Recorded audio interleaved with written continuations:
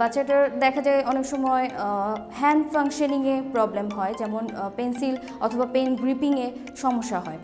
তো সেক্ষেত্রে এই সকল জায়গায় একজন অকুপেশনাল থেরাপিস্ট হিসেবে আমরা বিভিন্ন থেরাপিউটিক টেকনিক ইউজিংয়ের মাধ্যমে ফাংশনাল ওয়েতে বাচ্চাটিকে social skill training, cognitive and academic skill training, hand functioning practice যেমন ফিঙ্গার স্ট্রেংথেনিং, গ্রিপিং ইত্যাদি প্র্যাকটিসের মাধ্যমে একজন স্পেশাল নিড বাচ্চাকে তার স্কুলিংয়ে তার লেভেল অনুযায়ী সর্বোচ্চ ইন্ডিপেন্ডেন্ট পার্টিসিপেশন আনতে সাহায্য করে থাকি। তো আপনারা যদি কখনো আপনাদের আশেপাশে বা আপনাদের নিজেদের বাচ্চাদের ক্ষেত্রে এরকম সমস্ত প্রবলেম আপনারা ফেস করে থাকেন, সেক্ষেত্রে আপনারা অবশ্যই নিকটস্থ কোনো অকুপেশনাল থেরাপিস্টের শরণাপন্ন হবেন। Thank you.